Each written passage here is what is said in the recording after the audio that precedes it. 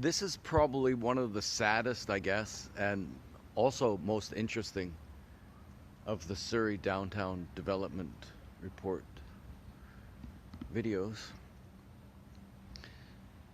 because what you've got here is a collection of townhomes that a developer really wanted. And so the owners stuck to their guns, I think, largely in because they really like the place. I've been walked through here a long time.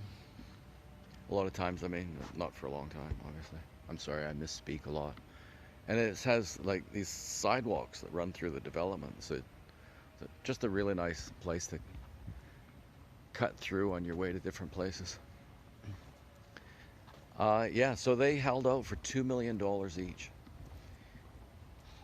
Each one of these houses, the owners of these townhouses, is going to get $2 million each. Well, that's quite a story. And one of the other reasons I quite like this neighborhood is because it's like this, you know, all nice and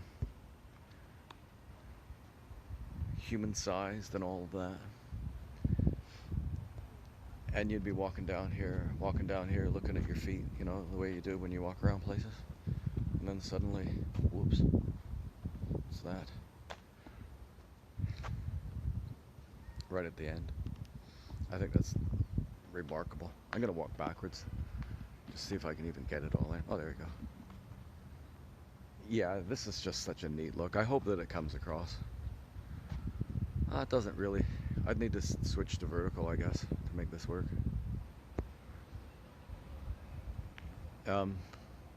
But just the juxtaposition of these cozy looking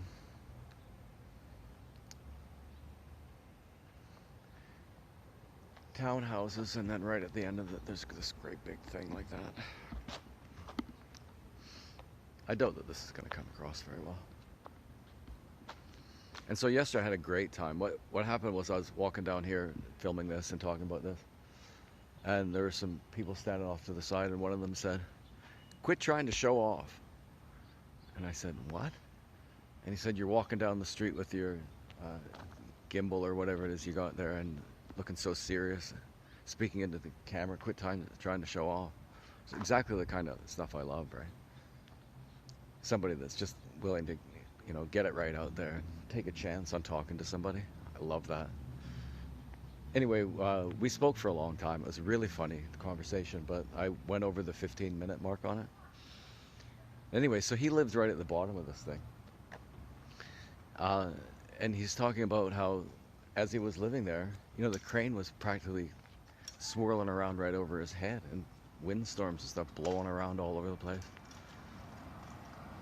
It's not like, I don't know if this is his place, if they could have actually dropped anything on his place. I don't know, but it was pretty close. But he said for the whole 3 years that he was living there, he's afraid the thing would fall down and land on his house. Because we're commiserating, right? Because that's the one that he had to deal with. And now the members of this community are going to have to deal with whatever. Okay, I'll just walk through there. I don't like to walk through there if there's someone around, especially with a camera. Sorry about that. Yeah, we're going to lose this, right?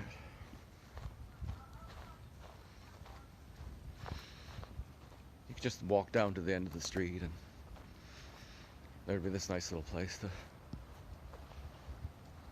walk through. Anyway, it's all coming out now. I think that they're very close to reaching a deal.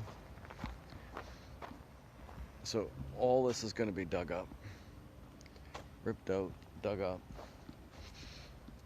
And hopefully, you know, it's going to be some nice looking buildings here. Hopefully they're going to try to retain some of the vegetation that's around here.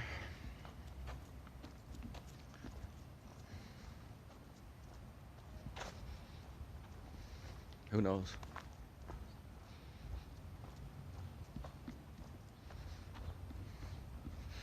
So the idea here is to record the changes that happen in this community. I think if I'm going to do that, I should spend more time focusing on the things that are going to be lost. Probably all these trees here, I would bet. That building's like a constant presence in this neighborhood. I think that our view of that building will be affected. That's going to take 10 years, right? And so, for this whole downtown core concept that they have to be completed, I think it'd take about 10 years if the recession doesn't slow it down. I don't know that the end result is going to be all that great. So what happens with tall buildings is that the wind hits the building, it doesn't have anywhere to go, so it goes either up or down. And if it goes down, it hits the sidewalk, and then it has to go one way or another, so it goes horizontally. So big buildings create a lot of wind. And, sorry, I was trying to do something else. Yeah,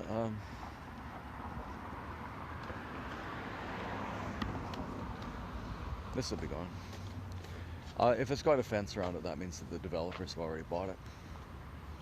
That's usually what that means. There's no sign though, so maybe not. But I can't imagine this staying here for very long. And the thing about it is that what they say about this area is one of the real attractions is that there's so much space. And it's true. You know, if you're to go to Burnaby or downtown Vancouver or whatever, any place in Vancouver really, you just wouldn't find these underutilized bits of space. I don't like to say it's underutilized. It's being utilized by the trees. So, you know, the property's just cheaper, I would imagine. Although I would imagine it's gone way up now. But we're going to lose what's attractive about it. I bet you that... So we'll see if I'm right, but I bet you that this is probably one of the most beautiful stages in the development of the downtown core that we'll ever see. Because the trees are still here and they're juxtaposed against these big buildings.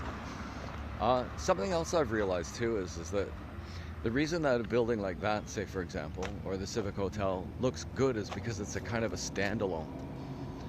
As soon as you get like a block of buildings, it just starts to look like a solid wall. You can hardly distinguish between one building or another. It quits looking good. King George Hub is like that already. It's kind of neat when you're down inside it, but you look at it from a distance, I'd say it's pretty ugly. It's impressive, but it's ugly. It's impressive just the scale of it.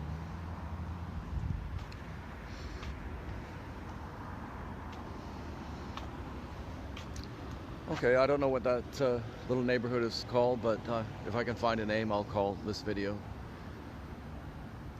whatever the name of that little place is.